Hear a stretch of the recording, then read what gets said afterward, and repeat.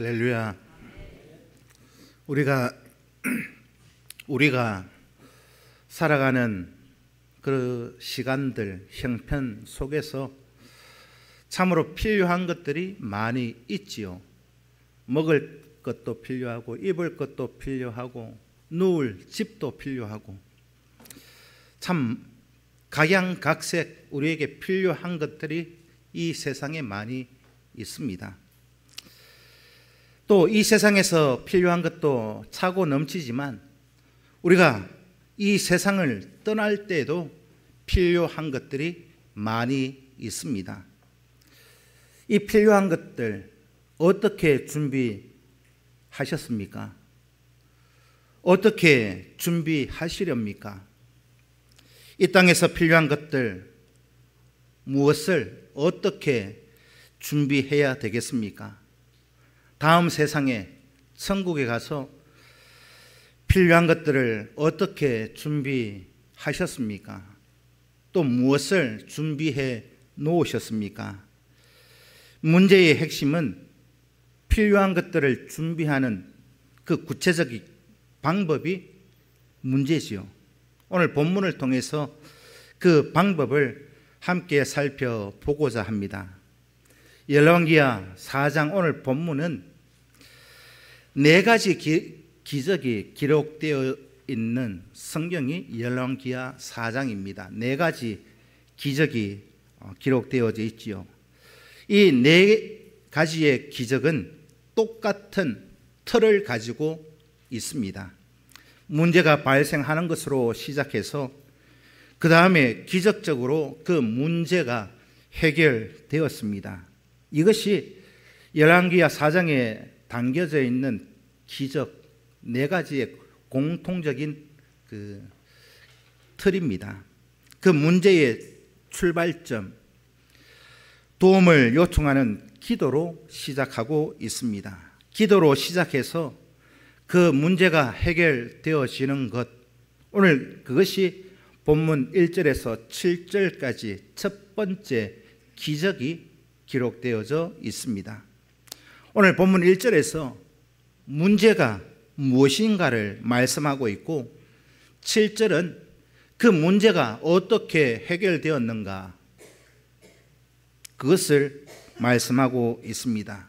그 중간 1절 그리고 7절 사이에 있는 내용은 그 문제가 해결되어져 가는 그 과정을 소개하고 있습니다. 이 틀에서 네 개의 그 기적이 똑같은 방식으로 기록되어져 있습니다. 오늘 1절, 2절에 보면 하나님께서 구하라 하십니다. 1절에 보면 한 여인이 선지자 엘리사에게 문제를 호소하고 있습니다. 여인이 가진 문제가 무엇인가? 남편이 죽었어요. 오늘 본문에 나오는 이 여인의 남편이 죽었고 남은 것은 빚만 남았습니다. 도무지 이 여인이 갚을 길이 없는 그런 돈인 것 같습니다. 또 이 빚이 이제 갚을 수가 없으니까 빚을 갚을 도리가 없으니 남아있는 그 두 아들을 빚 대신 종으로 팔려가게 되어져 있습니다. 그래서 이 여인의 가정이 뿔뿔이 다 흩어지는 가정의 해체의 위기에 놓여져 있는 모습.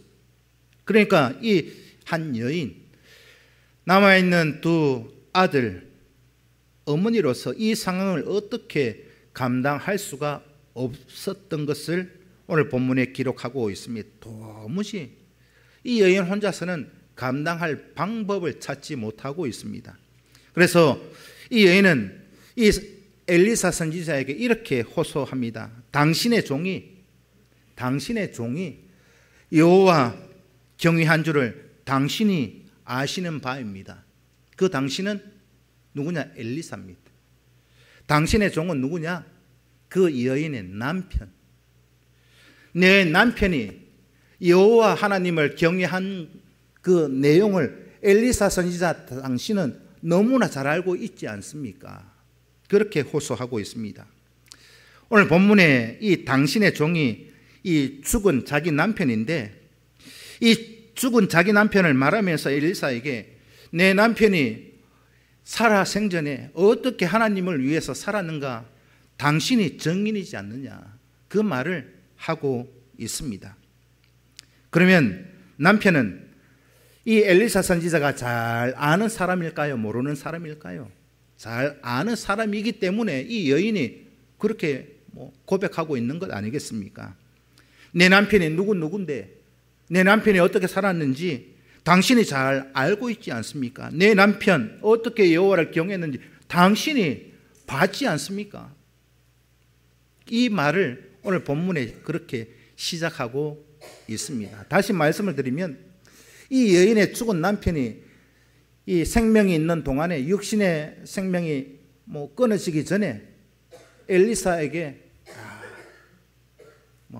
어찌 보면 이 죽은 남편이 참 이 엘리사 선지자에게는 큰 관심을 불러일으킬 만한 그런 일을 했었다라는 거죠. 이 상황이 오늘 본문의 말씀의 그 주된 내용입니다. 그래서 사람들은 이 죽은 남편, 이 사람이 누구일까 궁금해서 질문하는 사람들이 참 많이 있습니다. 이 사람이 누군지, 죽은 남편이 누군지 이름이 성경에는 기록되어져 있지 않습니다. 엘리사 선지자도 이름만 들으면 다 알만한, 그 사람의 부인이 당신이구나 할 정도로 잘 아는 사람인데, 그 죽은 남편의 이름은 오늘 본문에 기록되어져 있지 않아서 몰라요. 모릅니다. 그 이름이 누군지. 그게 결론입니다.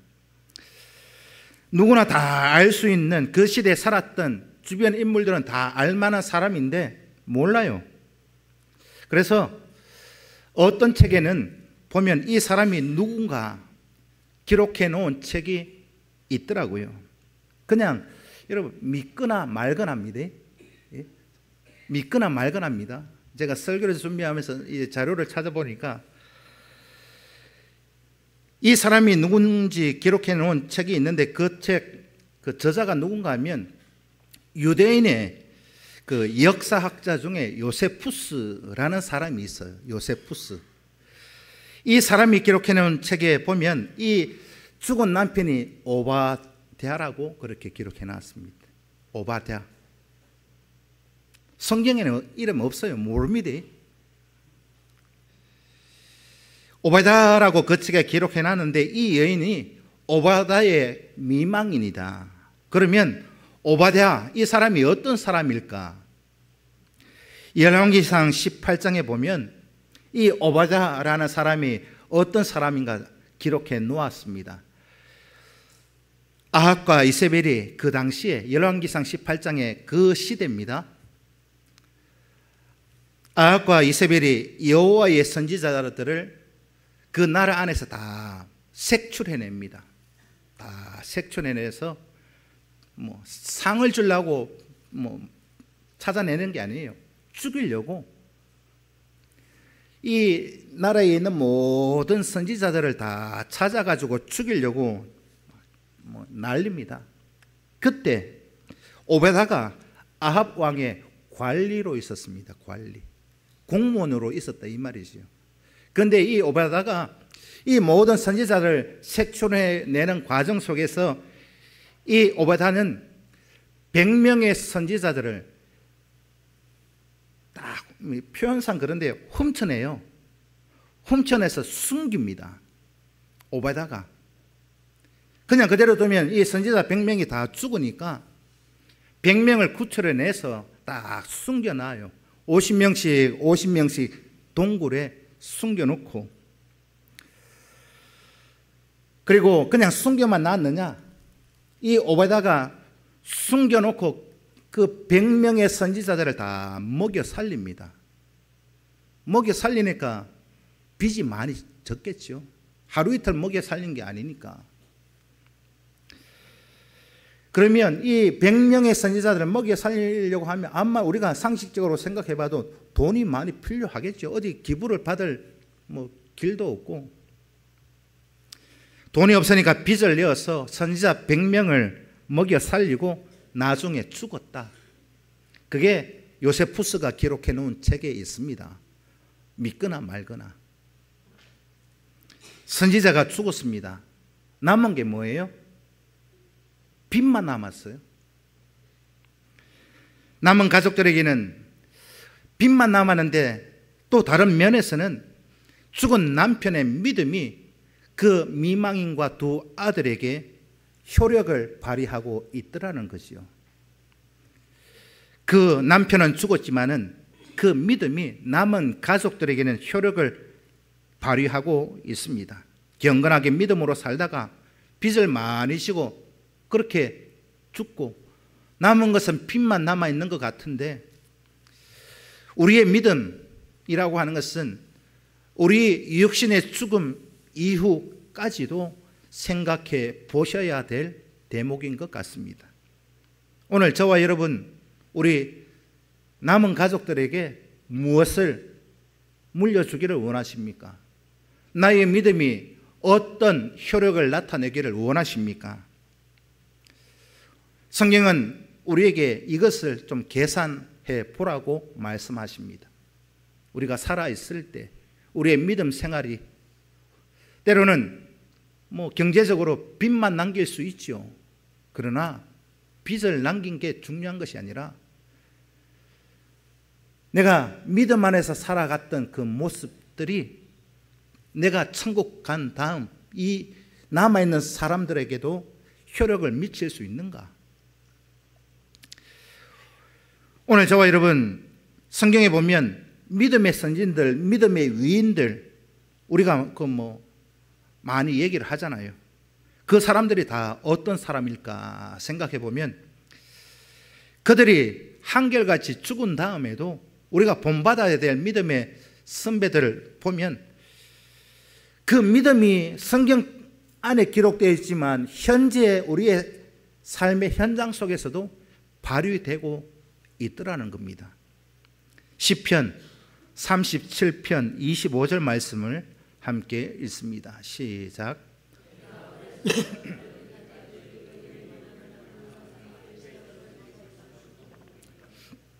설교를 준비하면서 성경 여러 곳을 찾아봐도 이 시편 37편 25절 말씀처럼 딱 맞아떨어지는 게 잘 여러 개 있긴 있지만 이 말씀보다 더 표현될 만한 게 없어요. 우리가 믿음으로 살아가야 되는 이유가 뭐냐? 내 믿음이, 여러분들의 믿음이요, 우리 자녀들, 남아있는 가족들에게 효력을 발휘하는 그 믿음을 가져야 되는 이유가 뭐냐? 성경대로 의인의 자손들이 걸식함을 보지 못했다. 동냥하러 가는 꼴을 본 적이 없다는 말입니다. 누가요? 믿음을 지킨 사람. 이 말이 무엇일까요? 우리 살아생전의 믿음이 효력을 발휘한다는 말입니다. 내가 어려서부터 늙기까지 의인이 버림을 당하거나 그의 자손이 걸식함을 보지 못했다. 죽은 다음에 자손들에게 믿음이 그 효력을 나타내고 있더라는 것이요. 아벨, 창세기에 보면 아벨이 죽었으나 그 믿음으로서 오히려 말하느니라 말씀하고 있는 것처럼 오늘 이 죽은 남편은 없지만은 남아있는 것은 빚밖에 없지만은 그 믿음으로서 말하느니라. 이 죽은 남편의 미망인이 엘리사 선지자에게 그렇게 말하고 있다는 말입니다. 선지자는 이 여인의 호소를 듣고 선지자는 이렇게 질문합니다. 내가 너를 위하여 무엇을 어떻게 하랴?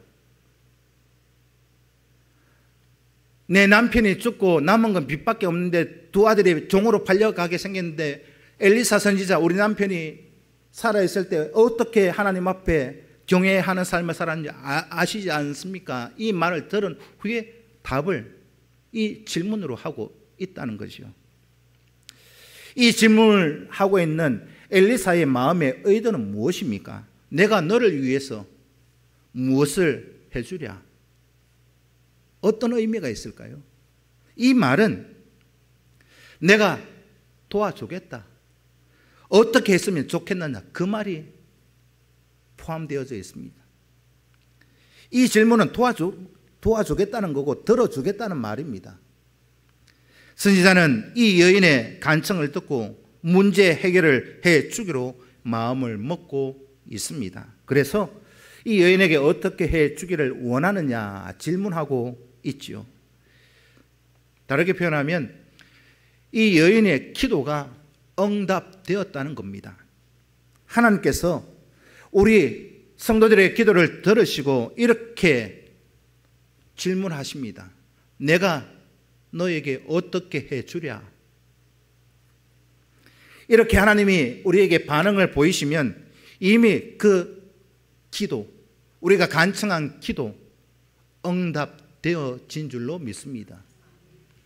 그 응답이 열매로 나타나기까지 세월이 조금 걸릴 수 있습니다.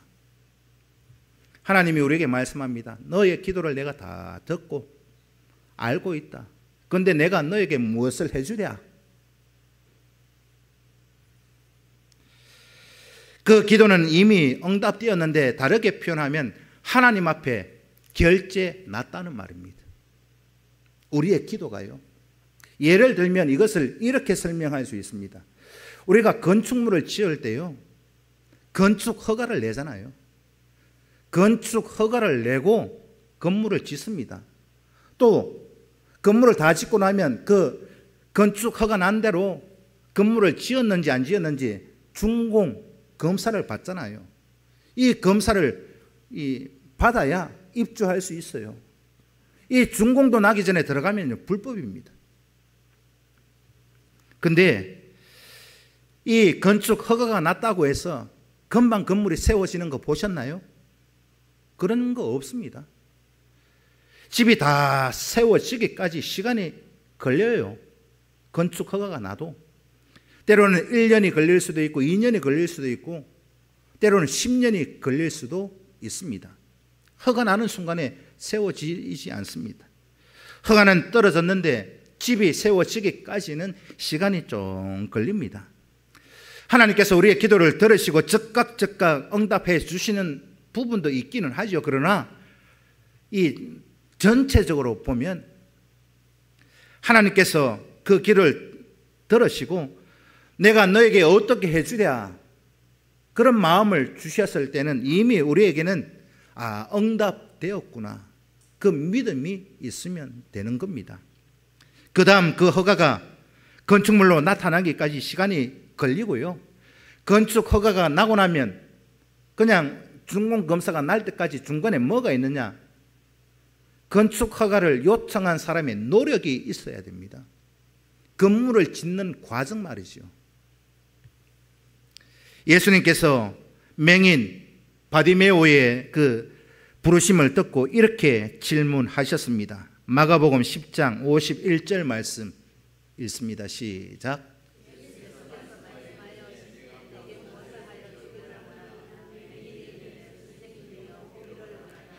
이 마가복음 10장 51절에도 이 주님이 뭐라 하시느냐? 내가 너에게 뭘 해주기를 원하느냐?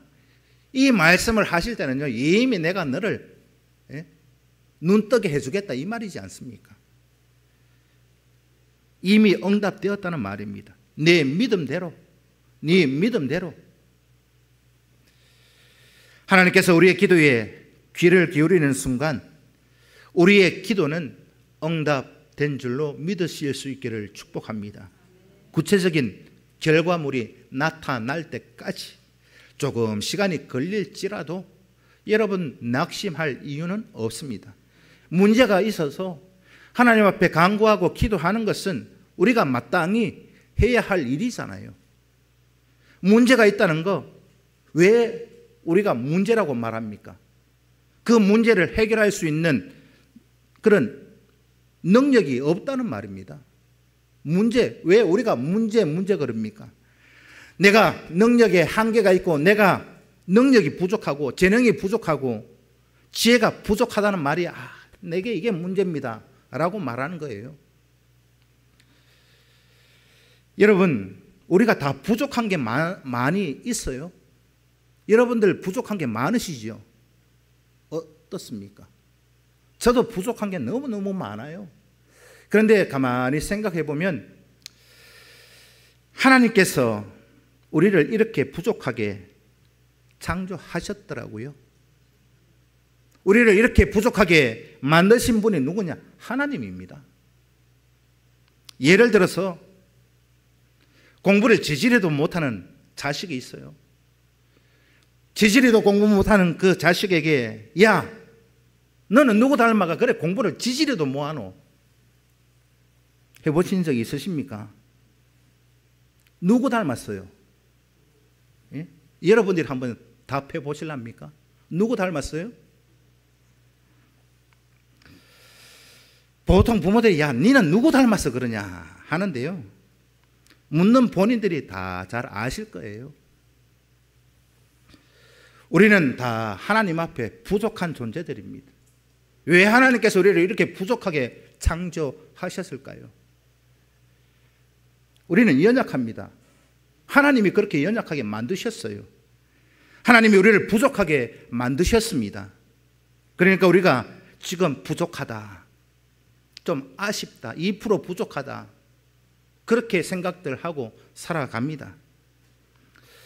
하나님이 저와 여러분들을 조금 부족하게 만들었기 때문에 하나님께서 우리에게 피할 길도 열어주셨다는 거예요.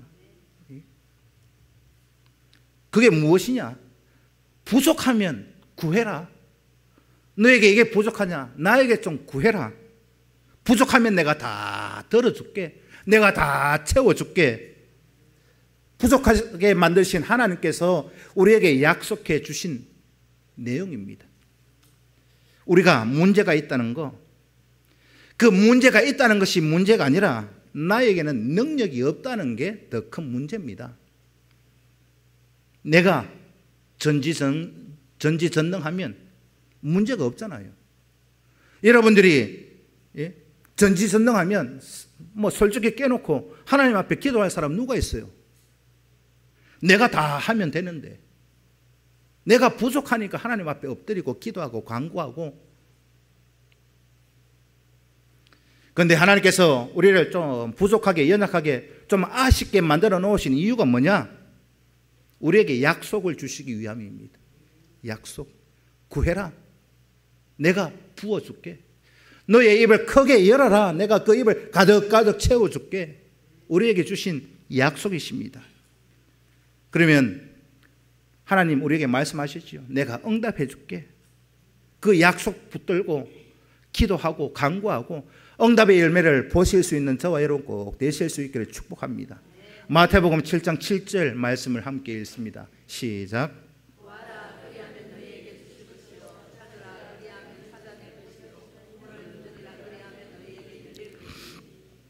구하면 들어주시겠다고 약속해 놓으셨습니다. 믿으십니까? 그러면 우리가 구하지 않을 이유가 없잖아요. 내가 문제 있을 때, 어려움이 있을 때 하나님 앞에 구하는 것은 내가 마땅히 해야 할 일이고, 두 번째, 오늘 이 선지자가 또 이 여인에게 질문을 합니다. 네 집에 뭐가 있느냐? 네 집에 무엇이 있느냐? 집에 뭐만 있다 그래요? 기름 한 그릇밖에 없습니다. 아무것도 없다. 기름 한 그릇밖에 없대요. 하나님의 역사는 내가 가지고 있는 것에서부터 시작한다는 말입니다. 광야에서 예수님이 오병이어의 사건을, 기적을 일으킬 때에도 마찬가지입니다. 5,000명이 지금 먹을 게 없어요. 그런데 너희들이 가진 게 뭐냐? 너희들 갖고 있는 게 무엇이 있느냐? 예수님이 물으십니다. 보리떡 5개와 물고기 2마리밖에 없습니다. 문제를 해결하는 출발점이 바로 이것이라는 말입니다. 내가 지금 가지고 있는 게 뭐냐? 여러분들이 현재 가지고 있는 게 무엇이 있습니까? 지금 내가 마땅히 해야 할 일이 무엇인가? 이 두 가지만 나 자신에게 질문해 보시면 됩니다. 예수님이 우리에게 물어요. 엘리사 선지자가 이 여인에게 묻듯이 우리에게 묻습니다. 너 가지고 있는 게 뭐냐? 그리고 너가 마땅히 해야 할 일이 뭐냐? 너가 가지고 있는 그것을 가지고 지금 마땅히 해야 하는 일을 하라고 엘리사 선지자가 이 여인에게 명령합니다. 그러면 내가 그거 다 채워줄게. 오늘 저와 여러분, 이게 하나님께서 엘리사 선지자를 통해서 오늘 우리에게 약속해 주고 있는 말씀인 줄로 믿습니다. 결과는, 여러분, 결과는 하나님께 맡기십시오. 지금 마땅히 해야 될 그 사명에 충실되게 우리 모두가 서임만 받기만 하면 됩니다. 다르게 표현하면 현재 내가 해야 할 일만 하고 있으면 그 나머지 결과는 하나님이 다 채워주실 줄로 믿습니다. 여러분, 우리에게 무엇이 있습니까? 기도할 수 있는 건강, 기도할 수 있는 열정만 있으면 우리에게는 소망이 있는 줄로 믿습니다. 오늘 본문에서 가지고 있던 이 여인의 남은 거, 기름 한 그릇, 그것도 중요하지요. 그러나 이 기름 한 그릇은 중요하지 않습니다. 이 여인이 가지고 있는 이 기름 한 그릇이 하나님 앞에 기적을 나타내는 능력의 도구로 사용되기까지 이 여인에게 무엇이 있었느냐 하는 게 더 중요합니다. 그 전에 이 여인은 선지자에게 나와서 기도할 수 있는 믿음이 있었습니다. 그러니까 선지자에게 간구할 수 있는 믿음이 있었다는 거죠. 여러분들 같으면 여러분 스스로에게 한번 적용을 시켜 보십시오. 내 남편이 죽었어요. 근데 빚만 남겨놓고 죽었어요. 남아있는 두 아들도 막 팔려가게 생겼어요. 그러면 여러분들 어떤 것을 선택하실랍니까? 많은 이들이 뉴스를 통해서 보는 거예요. 극단적인 선택하는 이들 많습니다. OECD 국가 중에 우리나라가 1등이잖아요. 근데 이 여인은 믿음이 있고 또 기도할 수 있는 건강과 열정이 있으니까 이 기름 한 그릇 가지고도 빈 그릇을 다 채우는 기적이 나타나더라. 오늘 저와 여러분, 우리에게 필요한 것이 무엇이 있습니까? 하나님 우리에게 묻습니다. 너에게 있는 것이 무엇이냐? 우리에게 있는 건 뭐 있어요? 제가 속속들이는 다 알 수는 없지만 여기 예배에 나오실 정도가 되었다 하면 건강이 있잖아요. 건강. 기도할 수 있는 건강. 거기에 조금 더 추가를 하면 기도할 수 있는 열정만 있다면 역사는 일어날 줄로 믿습니다. 우리에게 건강도 있고 생명이 있다면 우리가 마땅히 해야 할 일은 무엇이 있습니까? 하나님 앞에 기도하셔야죠. 이거 우리가 반드시 해야 할 일입니다. 우리가 가진 것 가지고 우리의 가진 재산들 중에서 제일 중요한 게 여러분들 뭐라고 생각하십니까? 건강이고 생명이잖아요. 기도할 수 있는 믿음을 행동으로 실천해 내실 수 있는 해내고야 마는 그런 우리 성도들 꼭 되실 수 있기를 축복합니다. 이것만 있으면 모든 것 다 해결되어질 줄로 믿습니다. 그런데 우리가 기도해야 된다는 믿음은 가지고 있는데 솔직히 깨놓고 여러분들 기도 좀 해보려고 하니까 방해가 왜 그래 많아요? 장애물이 왜 그렇게 많습니까? 게으르고 바쁘고 피곤한 것부터 해가지고 이게 우리에게 방해거리고 문제거리입니다. 장애물이 넘쳐납니다. 하나님 우리에게 말씀하고 있습니다. 너가 가진 것 그것 가지고 너가 마땅히 해야 될 그 일을 하라. 그 결과는 내가 책임져 줄게. 하나님이 책임져 주신대요. 하나님이 우리에게 약속해 주셨습니다. 그게 본문 1절, 2절 내용입니다. 3절에서 7절까지는 말씀에 순종하라 하십니다. 기도했으면 말씀에 순종하는 저와 여러분 되셔야 합니다.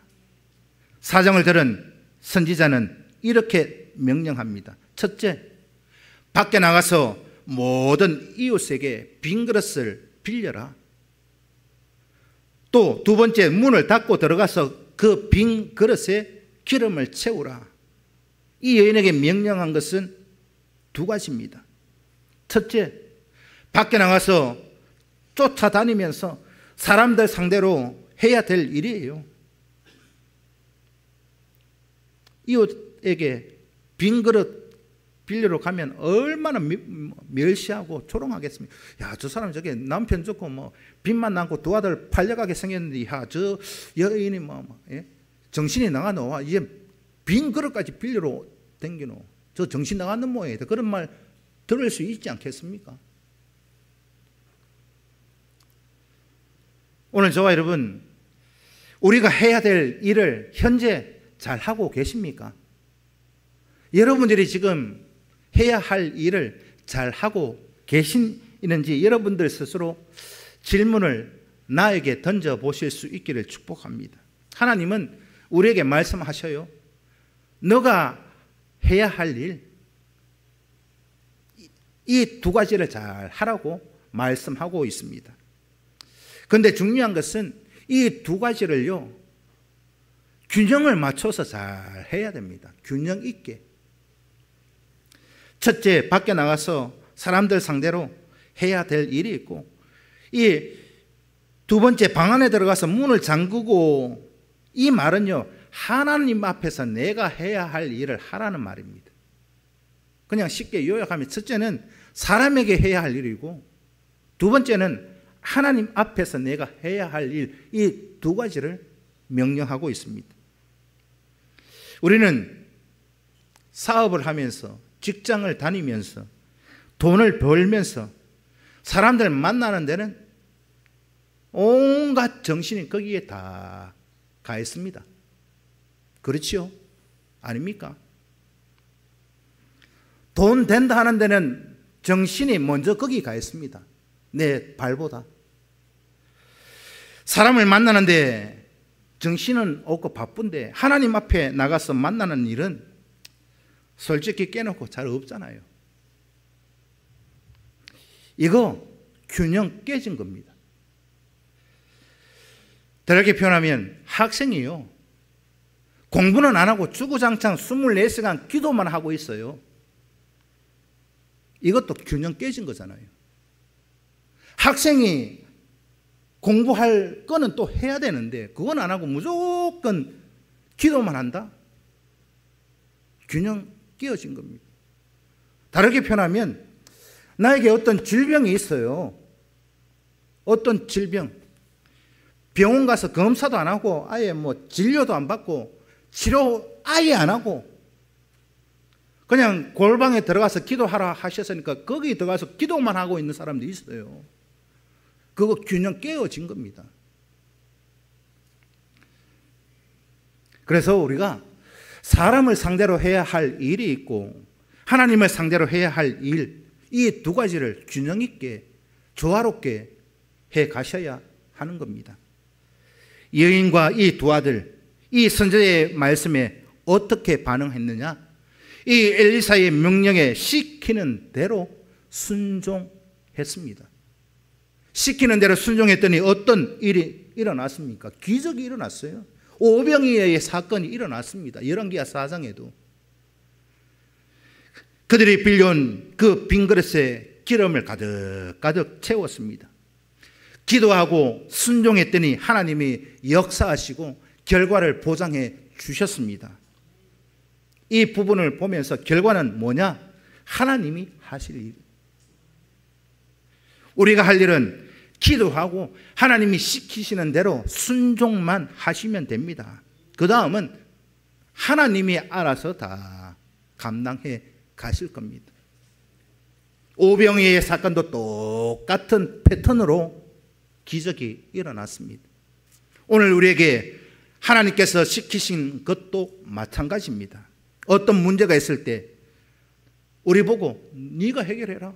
네 해결해라. 네 가진 거 많이 있잖아. 돈도 있고 뭐 권세도 있고 네 뭐 그렇게 말씀하지 않습니다. 기도하고 시키는 대로 순종해라. 이게 하나님의 약속입니다. 나머지는 누가 책임져요? 하나님이 책임져 가시는 겁니다. 우리가 할 일은 어려운 게 없습니다. 대단히 단순합니다. 단순. 그렇지만 이 단순한 일도 믿음이 없이는 할 수 없어요. 믿음으로 기도하고 말씀에 순종하십시오. 그 이상은 하나님이 채워주실 줄로 믿습니다. 이 원리가 오늘 본문의 말씀입니다. 이 여인이 동네에서 빌려온 그 빈 그릇을 다 채웠습니다. 채우고 나서 어떻게 했으면 좋겠습니까? 이렇게 물어요. 선지자가 두 번째 명령을 합니다. 가서 이 기름을 팔아서 빚을 다 갚아라. 그 다음에 남는 것으로 너와 두 아들이 생활하라. 이렇게 명령해요. 그런데 이 명령 뭐 간단하잖아요. 그 빈 그릇에 세워진 이 기름을 갖고 와서 팔아서 그 판 돈으로 빚을 다 갚고 그 남은 것으로 너와 두 아들이 먹고 생활해라. 간단하잖아요. 빚을 다 갚았습니다. 빚을 다 갚았다는 것은 사람에 대한 그 일을 얘기하는 거예요. 이웃에 대한 의무를 다 했다는 말입니다. 7절 이후에 그 다음에 설명이 없는 것을 보면 그대로 되었다라는 말이지요. 가족이 해체되지 않고 빚도 다 갚고 남은 그것으로 먹고 살았습니다. 여기서 성경은 받은 은혜를 활용하는 원칙을 우리에게 말씀하고 있습니다. 하나님이 우리에게 베풀어 주신 은혜, 기도의 응답의 모든 역사 중에서 지극히 간단한 말씀인데 우리에게 굉장히 중요한 행동 원칙을 오늘 본문이 가르쳐 주고 있습니다. 첫째, 하나님과 이웃에 대한 의무를 먼저 실행해라. 누구요? 하나님. 그리고 이웃에 대한 행동 원칙을 먼저 해라. 가서 기름을 팔고 빚을 갚아라. 그 다음에 뭐냐? 두 번째, 그리고 나서 남는 것으로 자신의 필요를 채우라 하셨습니다. 우선순위가 무엇인가를 말씀하고 있습니다. 정말 우리가 간단한 일인 것 같지만은 정말 간단하지 않은 일입니다. 실제 우리에게 이런 일이 벌어지면 어떻습니까? 내가 다 먹고 내가 다 쓰고 남은 것으로 하나님께 의무를 하고 남는 것으로 이웃에게 의무를 다 하는 거, 이것이 우리가 살아가는 보통의 원칙입니다. 그렇지 않습니까? 내 할 거 다 하고 남는 것으로, 내가 먹고 쓰고 남는 것으로 우리가 살아가고 있습니까? 어떻습니까? 내가 먼저잖아요. 내가 먼저 먹고 내가 먼저 입고 내가 먼저 누리고 남는 것으로 하나님께, 남는 것으로 이웃에게. 오늘 그런데 본문이 무엇이라고 말씀하고 있습니까? 기름을 팔아서 빚을 다 갚고 남는 것으로 생활하라. 이 원칙을 말씀해 주고 있죠. 생활하고 남는 것으로 헌금하고 남는 것으로 구제하라 하지 않으셨습니다. 오늘 본문 너가 먹고 쓰고 다 하고 남는 것으로 빚을 갚아라 말씀하지 않았다는 것이요. 의무를 먼저 하고 나서 남는 것으로 생활하라. 간단하지만 정말 우리 자신에게 적용하기가 참 어려운 문제입니다. 간단하지 않은 일이지요. 대부분의 경우가 뭐 그런 것 같아요. 우리에게 은혜가 주어지면 어떤 일이 벌어지느냐? 어떤 일이 벌어질까요? 저에게 한번 적용을 시켜보니까 돈이 별로 없을 때는 별로 필요한 것도 없어요. 그렇지 않습니까? 내 주머니에 돈이 없을 때는 뭐 그래, 있는 거 감사하지, 별로 필요한 것도 없어요. 근데 돈이 조금 생기면은요, 돈이 조금 생기면 필요한 것이 폭발합니다. 그런 경험 해보셨어요? 돈이 없을 때는 뭐 필요한 것도 없었는데 돈이 조금 생기고 나니까 쓸 곳이 얼마나 많이 생기는지. 제 말이 틀렸는지 안 틀렸는지 한번 생각해 보십시오. 집에 가서 한번 상상을 해보세요. 예를 좀 비유하기가 좀 그런데요, 내가 만약에 로또를 사가지고 1등이 당첨됐어요. 요즘 로또 1등이 뭐 20억, 30억 안 되는 것 같은데, 아니 뭐 많게도 말고요, 여러분들에게 꽁돈이 1억이 생겼다고 한번 생각해 보세요. 아니 한 10억 생겼다고 한번 생각해 보십시오. 제 말이 틀렸는지 안 틀렸는지 오늘 집에 가서 여러분들 상상을 해보시면, 야, 이 1억 어디에 쓸까? 이 10억 어디에 쓸까? 그때부터 그림을 한번 그려보십시오. 그림을 그리면은요, 내가 꽁돈 10억이 생겼는데 이 10억을 어디에 쓸까 하면, 이 쓸 때 쓰고 이 돈 10억이 남을까요? 부족할까요? 부족합니다.